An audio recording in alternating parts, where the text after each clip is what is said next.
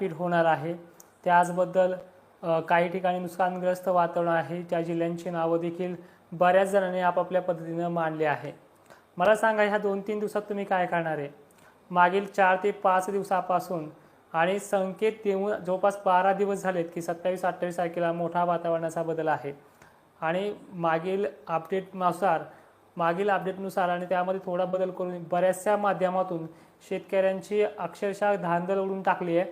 त्यामध्ये काही जिल्ह्यांचा नंबर सांगितलेला आहे की ह्या जिल्ह्यामध्ये खूपच गारपीट होणार आहे, तो म्हणजे नंदुरबार जिल्हा, धुळे जिल्हा, त्यानंतर बुलढाणा असेल, असे 11 ते 12 जिल्ह्यांची यादी त्यांनी त्यांच्या पद्धतीने मांडली आहे। आपण त्याचं पूर्ण विश्लेषण करणार आहेत आणि विशेष म्हणजे WD मध्ये असे प्रकार घडतात हे तुम्हाला मी पहिल्यापासून सातत्याने सांगतोय, कारण की WD येतो कुठनं, WD आहे काय आणि WDचे परिणाम कसे होतात हे देखील तुम्हाला गेल्या वर्षी माहिती आहे। तर असे प्रकार यंदा घडतील का आणि वातावरण किती तीव्रतेचं असू शकतं, कारण की तुम्हाला माहिती आहे आज काळामध्ये ज्या वर्षी पावसाळा खूप चांगला असतो त्यावेळेस शेतकरी हा रब्बीचा जो हंगाम आहे तो पूर्ण ताकदीनिशी घेण्याचा प्रयत्न करतोय। कापूस उपटून कांदा असेल किंवा इतर पिके असतील यामध्ये तो जीव तोडून आपली मेहनत करतोय आणि त्या पद्धतीने असं वातावरण येऊ घातलेलं आहे। ते येण्या अगोदर जी भीती आहे त्या भीतीबद्दलच आपण सांगणार आहोत कशा पद्धतीने हे वातावरण आहे। त्यामुळे लाईव्हची जी लिंक आहे प्रामाणिकपणे सांगतोय तुम्हाला की मागील काळामध्ये देखील आपण सांगितले की 21 ते 25 तारखेला असं काही घडणार नाही आहे, घडलं तर हलक्या सरी व्यतिरिक्त मोठी कंडिशन नाही आहे। त्यावेळेस देखील विजांचा धोका, गारपीटचा धोका होता। आता 27-28ला मी 8 दिवसापासून सातत्याने सांगतोय की असा पाऊस आहे। तर आता ही कशी कंडिशन आहे देखील पाहूयात, पण लिंक ही सगळ्यांना शेअर करत चला, जेणेकरून 8 दिवस अगोदर आपल्याला समजलं की हे होणार आहे, त्यामुळे तूरसारखं पीक आपण काढून घरी आणू शकतो। तर सुरुवात करतोय वेळ न वाया घालवता। तर मित्रांनो, सध्या आपण पाहतोय मागील काळामध्ये वातावरणाची रेलचेल आहे, वातावरणाचा जो दाब आहे तो सातत्याने एक आठवडाभर राहील तशा पद्धतीने तो राहणार आहे। वातावरणामध्ये गरमीचं देखील स्वरूप पाहायला मिळतंय आणि विशेष म्हणजे वातावरणाचा जो परिणाम आहे तो सगळ्यात अगोदर नंदुरबारपेक्षाही इकडे मराठवाड्यात येणार आहे। तर मराठवाड्याची जी वाटचाल आहे ती आपण हळूहळू सगळ्यांना माहितीनुसार सांगूयात। उद्याची कंडिशन बघा, उद्याची 25 तारीख राज्यामध्ये थोडंसं वातावरण मोकळं झाल्यासारखं वाटेल आणि दिवस मावता सोलापूर, सातारा, पंढरपूर, जालना परिसर, नाशिक पट्टा मी तारखेनुसार सांगणार आहे।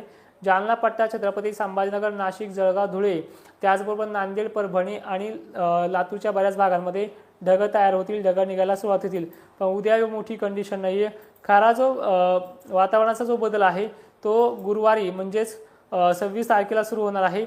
26 तारखेला लातूर आणि लातूरच्या ह्या बाँड्री लगतच्या जे भाग आहेत नांदेडच्या यांच्या तेलंगणा पट्ट्यामध्ये पावसाला सुरुवात होईल। हा जो पाऊस आहे हा बंगालच्या उपसागरातनं 26 डिसेंबरला यायला सुरुवात होणार आहे। त्यानंतर 27 तारीख काय सांगते याच्याबद्दल बोलूयात, कारण की 27 तारीख ही प्रामुख्याने मोठी आहे। 27 तारखेला सकाळपासून वातावरण कसं राहील हे देखील पाहूयात। हेच वातावरण WD तर नंतर येणार आहे, WD कधी येणार आहे ते देखील तुम्हाला सांगणार आहोत। WD हे वातावरण येच्या 8 घंट्यानंतर किंवा 12 घंट्यानंतर महाराष्ट्रात दाखल होणार आहे। त्यामुळे WD पेक्षा हे वातावरण मराठवाड्याच्या जालन्यापर्यंत, जालन्यापासून इकडे बीडपर्यंत हा पहिला जो पट्टा आहे तो 27 तारखेला दुपारी 4 ते 5 वाजेपर्यंत, दिवस मावता 6 वाजेपर्यंत नक्की हा पाऊस मध्यम हलका स्वरूपाचा येईल। तर याची मजल कुठपर्यंत आहे 27 तारखेच्या दुपारपर्यंत 4 वाजेपर्यंतची। याची सांगलीपासून तर बार्शी परिसर, बार्शीपासून तो सोलापूर पट्टा, सोलापूर पंढरपूर पट्टा, बीड जिल्ह्यामध्ये सर्व तालुक्यांमध्ये हलक्या ते मध्यम पावसाला सुरुवात या 27 तारखेला दुपारच्या वेळेला सुरुवात होईल। त्यानंतर परभणी, जालना एरिया, जालन्यानंतर हा भोकरदन, जाफराबादमध्ये देखील ढगाळ वातावरण घेऊन जाईल। दुपारची कंडिशन सांगतोय, सविस्तर सांगण्याचा प्रयत्न करायला। हिंगोली, नांदेड, यवतमाळ या काळामध्ये पेंडवणी पावसाचे संकेत या 27 तारखेला दुपारी 4 वाजेपर्यंत, दुपारी 2:30च्या नंतर सक्रिय होतील। त्यानंतर नांदेड सर्व तालुक्यांमध्ये, लातूर सर्व तालुक्यांमध्ये, परभणी सर्व तालुक्यामध्ये ही झाली 27 तारखेच्या दुपारच्या 4 वाजेची कंडिशन। आता संध्याकाळी काय होईल देखील पाहूयात।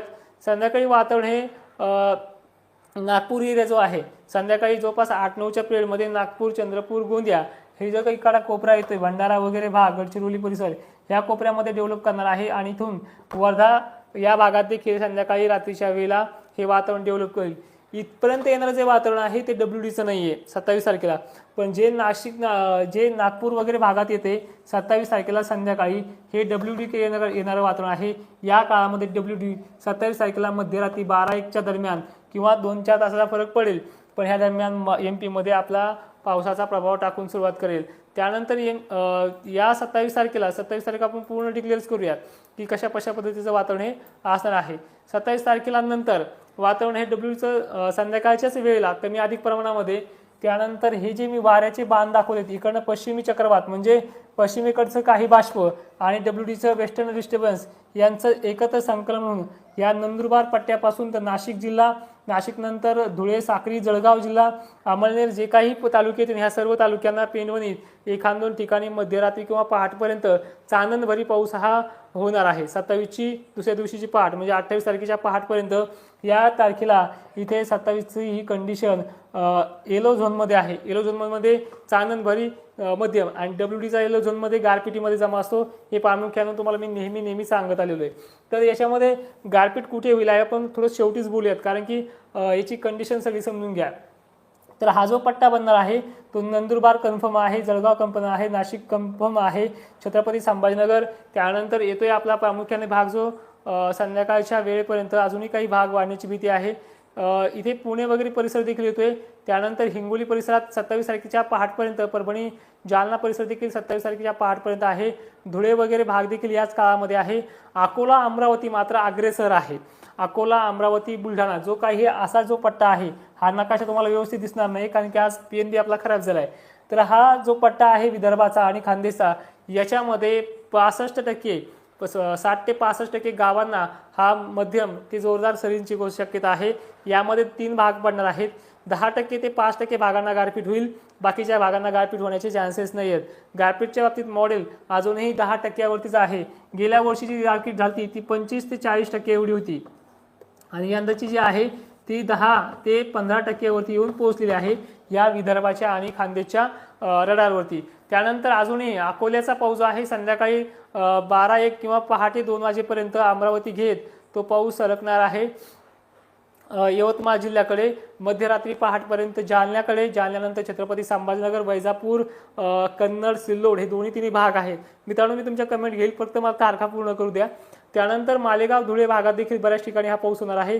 यामध्ये भोकरदन, जाफराबाद, देऊळगाव राजा, मौताळा परिसर, चिखली, खामगाव परिसर, बुलढाण्याचा उत्तर भाग, बरहामपूर परिसर, MP चा साईडचा जो भाग, त्यानंतर जळगावचे सर्व तालुके, तुम्ही म्हणू नका पुन्हा जळगावचा हा तालुका सांगितला नाही, जळगावचे सर्व तालुक्याच्या मध्ये येतात।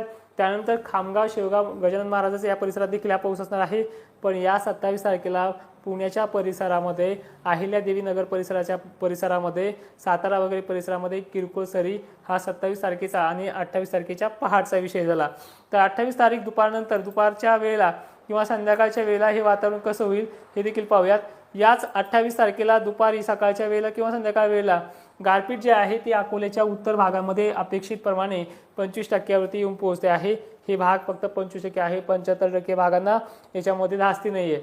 25% गारपीट अशा पद्धतीचे होण्याचे चान्सेस मला अजूनही कमी वाटत आहेत, पण जर झालीच तर ही जवळपास 200 ते 150 हेक्टर जमीन किंवा त्यापेक्षाही कमी हेक्टर जमीनचं हे मूल्यमापन आहे। यामध्ये जवळपास माझ्या टक्केवारीनुसार 25 एकरचं नुकसान करू शकते आणि अवदर जे मॉडेल सांगतात म्हणजे जे माध्यमातून सांगतात हे डायरेक्टली जिल्हा डिक्लेअर केलेला आहे, कुठे होईल काय होईल याच्यामध्ये दिशा त्यांची ठरवलेली नसते। त्यामुळे इथे घाबरगुंडी सर्व जिल्ह्यांची उडते। पण ज्या शेतकऱ्यांनी आजच्या तारखेला तूर वगैरे काढले असेल तर घाई फक्त मराठवाड्याच्या लातूर, परभणी, नांदेड, हिंगोली ह्या परिसराने करायचं आहे आणि सगळ्यात जास्त घाई जी आहे ती अहिल्यादेवी नगर परिसराच्या उत्तर बाजूस, नाशिक एरिया, छत्रपती संभाजीनगर परिसर, त्यानंतर विदर्भ आणि खानदेशच्या सर्व जिल्ह्यांनी जी तूर काढली असेल, काही कामं चालू असतील, हे माल जो आता सध्या आलेला आहे तो घरात आणण्याचा प्रयत्न ह्या विदर्भाने ह्या भागांना नक्की करायचा आहे। कारण की आपल्याला 26 आणि 27 तारीख दुपारपर्यंत या काळामध्ये चान्सेस मिळू शकतात। कारण की 27 तारखेचं वातावरण आधी रमणार कुठं, मराठवाड्याच्या ह्या भागांमध्ये, जसं मी तुम्हाला सुरुवातीला सांगितले त्या पद्धतीनं। त्यानंतर आता 28 तारखेची दुपारनंतर, तुम्ही व्हिडिओ लक्षपूर्वक ऐकताय त्याबद्दल तुमचे धन्यवाद। 28 तारखेच्या दुपारनंतर हे वातावरण पूर्व विदर्भ आणि पूर्व मराठवाड्याच्या सर्व जिल्ह्यांना, विशेष करून नागपूर, भंडारा, गडचिरोली, जे काही वर्धा वगैरे भाग येतात या भागाला कन्फर्म रात्रीच्या वेळेला होणार आहे। रात्रीच्या वेळेला वातावरणाची रेंज जी आहे ती जास्त प्रमाणात वाढू शकते, त्यामुळे शेतकऱ्यांना हा धक्का देखील नागपूर वगैरे भागात बसण्याचे चान्सेस आहेत। पण इथपर्यंत जाऊपर्यंत गारपीटची मजल ही कमी होण्याचे चान्सेस देखील आहेत।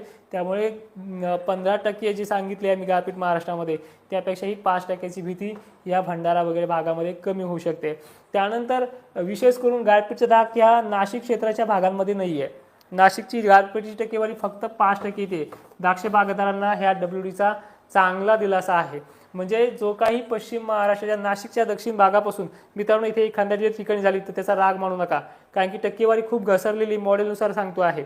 तर ह्या द्राक्ष उत्पादक जो भाग आहे सातारा वगैरे बीडची पण साईट याच्यामध्ये ते धाराशिव, पंढरपूर, सोलापूर, सातारा, सांगली परिसर इथे गारपीटचा धाक अजिबात नाहीये। फक्त 5% इथे प्रमाण मॉडेलनुसार व्यक्त होते, त्यामुळे गारपीटचा धाक इथे होत नाहीये। तर विशेष म्हणजे आता 28 तारीख देखील क्लिअर झाली आहे। 28 तारखेची देखील माहिती तुम्हाला पूर्ण मिळाली आहे। तर आता 29 तारीख काय सांगते याच्यामध्ये देखील पाहूयात। 29 तारखेला हे वातावरण कमी होईल, म्हणजे जी धाक होता जो 27-28ला हे डायरेक्टली आता पुन्हा एकदा सांगतो 60 आणि 65 जी टक्केवारी आहे ही टक्केवारी 27 आणि 28ची आहे। पाऊस येण्याची किंवा गारपीटची टक्केवारी तुम्हाला समजून सांगितलं व्हिडिओमध्ये। ज्यांनी नवीन आला असाल त्यांनी व्हिडिओ फक्त पहिले 5-6 मिनिटं पहा, तुम्हाला सगळी माहिती मिळून जाईल। तर ही जी टक्केवारी आहे ती टक्केवारी डायरेक्टली घसरून जाणार आहे 29 तारखेला। ती किती टक्के घसरते हे मॉडेलचं PDF फाईल देखील आपल्यासमोर ओपन आहे। ही टक्केवारी डायरेक्टली घसरते 35% ही आतमध्ये 20% फक्त येणार आहे। 20% फक्त ही टक्केवारी येणार आहे जी 65% आहे। त्यामुळे फक्त भीती आहे 2 दिवस 27ची संध्याकाळ आणि 28चे 4-5 वाजेपर्यंत फक्त एक 24 तासाचा जो काळ आहे तो WD प्रभाव टाकणार आहे। गेल्या वर्षी फक्त 6 ते 7च घंट्याचा WD होता, 7 ते 8 घंटे धरूया आपण, पण त्यांनी अख्ख्या महाराष्ट्रामध्ये धुमाकूळ घातला होता। त्याच्या तुलनेमध्ये हा 50% मॉडेलनुसार कमी होतोय। पण मित्रांनो गरमीची लेवल वाढलेली आहे काही भागांमध्ये, त्या भागांना तुमच्या कमेंटनुसार मी इशारा देखील देणार आहे, म्हणजे जो 15% मध्ये येतोय अशा भागांमध्ये। तर आता 29 तारखेचा विषय क्लिअर झाला। थंडी कधी येईल हे देखील आजच्याच व्हिडिओमध्ये हे करतो, कारण की पुढील 2 दिवस लाईव्ह मला घेता येणार नाही, सर्दीचा खूप प्रभाव आहे। त्यानंतर 29 तारखेला धुळीचा खूप मोठा धोका अहिल्यानगर परिसर, पश्चिम महाराष्ट्र, पुणे, पश्चिम महाराष्ट्र, मराठवाडा, विदर्भात सगळीकडे धुळीचा फटका बसणार आहे। धुळीचं प्रचंड लाट ही 29 सध्या तर आहेच, पण याच्यामध्ये पेक्षा मोठी येणार आहे। 30 तारखेला 29 तारखेला सोलापूर वगैरे भागांमध्ये आणि पाऊस पडून गेलाय, त्यामुळे ढग बनणं वगैरे हे 30 तारखेपर्यंत कायम चालेल। थोडी थंडी जी आहे ती 31 तारखेला किंचित स्वरूपामध्ये वाढायला सुरू होईल आणि 2 तारखेनंतर 31 तारखेच्या दुपारनंतर वातावरण हे अंधुक ढगाळलेलं पाहायला मिळेल आणि 30 डिसेंबरला वातावरण हे वाऱ्यासह पश्चिम महाराष्ट्रातलं या ज्या अरबी समुद्रातलं जे बाष्प आणलंय हे बाष्प ट्रान्सफर करण्यासाठी हे इकडं बंगालच्या उपसागरातले वारे चांगल्या पद्धतीने ऍक्टिव्ह होतील, इतक्या जोराने ऍक्टिव्ह होतील की त्या दिवशी ज्वारीला पाणी देणारे शेतकरी असतील आजच्या इथून पुढे त्यांना हे आजपासूनच पाणी बंद करायचे, कारण की याचा पूर्ण वेग मराठवाडा, विदर्भ, पश्चिम महाराष्ट्र, खानदेश हे जे काही भाग येत आहेत या साईडला खानदेशला सुद्धा हे वारे जोराने होतील आणि पश्चिमी चक्रवातचा जो बाष्प आणलेला अरबी समुद्राचा जो भाग आहे याला इथेच थांबवतील। त्यामुळे हे वातावरण 2 दिवसाच्या मर्यादित रेटिंगनुसार महाराष्ट्रामध्ये आहे। आता त्यानंतर थंडी जी आहे त्या थंडीबद्दल हे आपण बोलणार आहोत। थंडी डिसेंबर महिन्यात पूर्ण थंडी आता ह्या आठवड्यामध्ये जे आहे, मागील 2 आठवडे चांगली थंडी पडली, ह्या आठवड्यामध्ये थंडी थोडी गायब झाली आहे। नॉर्मल पद्धतीने थोडासा गारवा सकाळच्या पारी जाणवतोय, या व्यतिरिक्त मोठी थंडी नाहीये। पण जी पहिल्यासारखी आपल्याला थंडी वाटत होती ती थंडी पुन्हा एकदा येणार आहे। ती तारीख 2 जानेवारी 2025 पासून स्टार्टअप होते, म्हणजे 2 जानेवारीपासून ही थंडी स्टार्टअप झाल्यानंतर शेतकऱ्यांना जे ह्या नुकसानीपासून वाचतील अशा शेतकऱ्यांना याच्यामध्ये दिलासा मिळेल। धुळीच्या बऱ्याचशा प्रभावापासून अहिल्यादेवीनगर परिसरामध्ये, नाशिक क्षेत्रामध्ये आणि इकडे बीड वगैरे भागात देखील पश्चिम महाराष्ट्र संपूर्ण ठिकाणी धुळीच्या परिणामाने शेतकरी त्रस्त आहेत। त्या शेतकऱ्यांना ह्या 2-3 जानेवारीपासून धुळीचा फटका कमी बसेल, पण 4 ते 5 दिवस आजच्या डेटपासून, मी मागील 2-4 दिवसापासून आहेच, पण आजच्या डेटपासून सुद्धा पुढचे 4 ते 5 दिवस राज्यामध्ये धुळी हलणार नाही आहे। यामध्ये 3 प्रकार आहे, पांढऱ्या शुभ्र धुळी, हिमकणांची धुळी म्हणजे जे WDची धुळी बनते ती हिमकणांची धुळी, आणि गारव्यापासून हिमधुळी ही गारव्यापासून तयार होते त्यामुळे ती दिवसभर राहते। या सगळ्या धुळीचा असर महाराष्ट्राला कायम राहणार आहे, तो म्हणजे 1 जानेवारीपर्यंत। आता इथपर्यंत तुमचे सगळे विषय मी क्लिअर केलेत। आता तुमच्या गारपिटीबद्दल बोलणार आहेत आणि गारपिटीबद्दल अजूनही एक वाक्य पूर्ण करतो, राज्यामध्ये ज्या पद्धतीनं 11 जिल्ह्यांची नावं घेतली, ह्या सर्व जिल्ह्यांमध्ये गारपीट होणार आहे. त्याची टक्केवारी अद्यापही कोणी सांगितली नाही. ती टक्केवारी गेल्या वर्षी तुलनेमध्ये अर्ध्यालाही कमी आहे. त्यामुळे झालंच नुकसान तर 15-20 एकरचं नुकसान प्रत्येक जिल्ह्यामध्ये, 20-25 एकरचं नुकसान होईल प्रत्येक जिल्ह्यामध्ये. तो जिल्हा आहे विदर्भाचा. खानदेशमध्ये 30-40 एकरचं नुकसान होईल प्रत्येक तालुक्यामध्ये, किंवा प्रत्येक जिल्ह्याच्या पातळीवरती 50-60 एकरचं नुकसान होईल. म्हणजे टक्केवारी 10%च्याही आतमध्ये मोडते आहे. 10 ते 15% टक्केवारी आहे. वाढलीच तर 5% वाढेल, पण या व्यतिरिक्त मोठी वाढणार नाही. ज्यामुळे जी धास्ती आहे, आता माझी टक्केवारी मी 15% केली, वाढली तर म्हणते 20% होईल. आणि महाराष्ट्रामध्ये जो दाग दिला आहे तो माझ्या तुलनेपेक्षाही दुप्पट म्हणजे 80% एवढा दाग दिला आहे. त्यामुळे सगळंच संपतं की काय, अशी रेलचेल महाराष्ट्रामध्ये आपल्याला पाहायला मिळते. आता मित्रांनो, बराचसा वेळ तुम्हाला माहिती दिली, 15 मिनिटं संपूर्ण व्हिडिओ हा माहितीचा होता. आता 5 मिनिटं तुमच्या कमेंटला फोकस करेल. फक्त विनंती आहे, कमेंट करणारा इतरांनाही संधी द्या कमेंट करण्याची, जेणेकरून त्यांना राग येणार नाही. अहिल्यानगर देवीला पाऊस आहे मित्र, तेच सांगितले व्हिडिओमध्ये. आपल्याला सुद्धा भगवान पाचपुडेश्वर पाऊस आहे. सातारा खडोला मध्यम स्वरूपाचा पाऊस आहे, पण गारपीट नाही आहे. मोतीगावला देखील पेनवणीचा पाऊस आहे. गावाचे नाव विचारू नका. हा पाऊस 65% क्लाउड कव्हरिंगसह आहे, 80% क्लाउड कव्हरिंगसह आहे. पडण्याची शक्यता जालना परिसरामध्ये पर्सेंटेजनुसार ही कंडिशन फक्त 25 आहे. पैठणला गारपीटची टक्केवारी फक्त 10 ते 15 वरती येते, जास्त मोठी कंडिशन नाही आहे. धाराशिव कळंबला मध्यम स्वरूपाचा पाऊस होईल, तारीख 27 आहे. आणि विशेष म्हणजे तुम्हाला हे 28चा पाऊस सकाळ किंवा दुपारच्या वेळेला नक्की होणार आहे. संगमनेर परिसर सेम कंडिशन आहे. कन्नड सिल्लोडला काही 1-2 ठिकाणी गारपीटचा इशारा आहे पंडित जाधवसर. आणि जोरदार पाऊस देखील आजूबाजूच्या परिसरात होणार आहे. तो पावसाची टक्केवारी देखील 40% पार तुमच्या भागामध्ये जाहीर होते. जालन्यामध्ये सुद्धा सेम कंडिशन आहे, कन्नड सिल्लोड जालना देखील. मला महत्त्वाच्या कमेंट घेऊ द्या मित्रांनो. शेगावला गारा आणि पाऊस होईल का, गजानन महाराजांचं? हो, तुमच्याकडे ती कंडिशन आहे मित्रा, पण ती उत्तर भागात आहे, MP लगतच्या भागात आहे. गारपिटीला जास्त घाबरू नका. MP साईडला भीती आहे जास्त करून. MP साईड आणि विदर्भ या 2 भागांमध्ये जास्त भीती असणार आहे. जास्त भीती ती 15 ते 20%ची आहे. तुम्हाला मी सरळ सरळ सांगतो. अक्कलकोट परिसरामध्ये मध्यम स्वरूपाचा पाऊस आहे. हिंगोलीला पाऊस चांगला आहे, ह्यावेळेस 35% आहे. मात्र मागील तुलनेमध्ये तुमच्याकडे 15% सांगितलं, त्यामध्ये 1-2 ठिकाणीच बुरबुर पडली.